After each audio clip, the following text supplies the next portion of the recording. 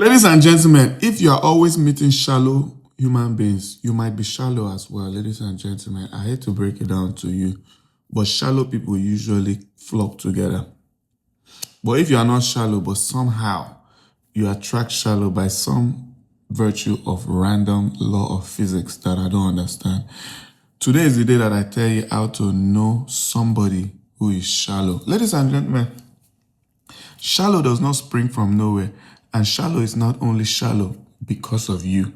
Shallow is shallow in respect to everything else. Ladies and gentlemen, you know a shallow person from how they interact with their surroundings and the people around them and the things that the world places value on, but that people, don't seem to seize a lot of value from. Ladies and gentlemen, I'm talking to somebody today, ladies and gentlemen.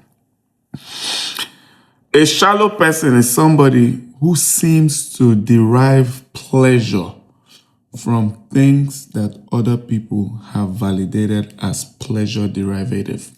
I know people don't go to school, so let me break it down for you, ladies and gentlemen. They like something like this. When they describe that they like this thing, they're not really describing for a long time what this thing is made of, the shape, the color. They are not fascinated by the thing so much as they are fascinated that other people are fascinated with it, or other people appear to be fascinated, or the price tag or the social status that this thing, owning this thing, gives.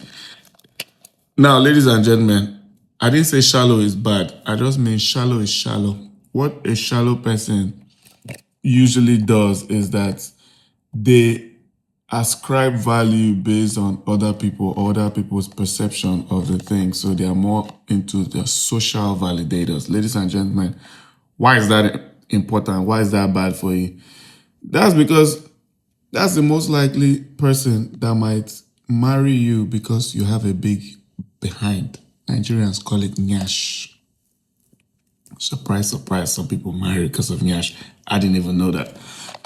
Ladies and gentlemen, it's not just nyash. Those are people that can marry you because of looks. They can marry you because of money. They can marry you because of something that does not have too much to do with your internal person, because they're not used to getting value from a thing. Like, they cannot really assess a thing for its thing. They are very overwhelmed with the views and the perceptions of the world. So if the world thinks that you are this high standing person, they think you're high standing. But what happens is when they marry you, when they not get to know the real you, and when the world is not there in the house, they treat you different from how they treat you outside. So you really want to avoid those people. They're very performative, and then when people are around, they treat you well. When you guys are alone, they treat you like how they would treat you, because they know you and they know that, okay, this is not all that great, right? Or because they never really fell in love with you. They fell in love with the things, the perception, the idea of you. And that's just how it is, including those people that love people for money and marry them for money. Ladies and gentlemen, I'm just a messenger. Don't hate me.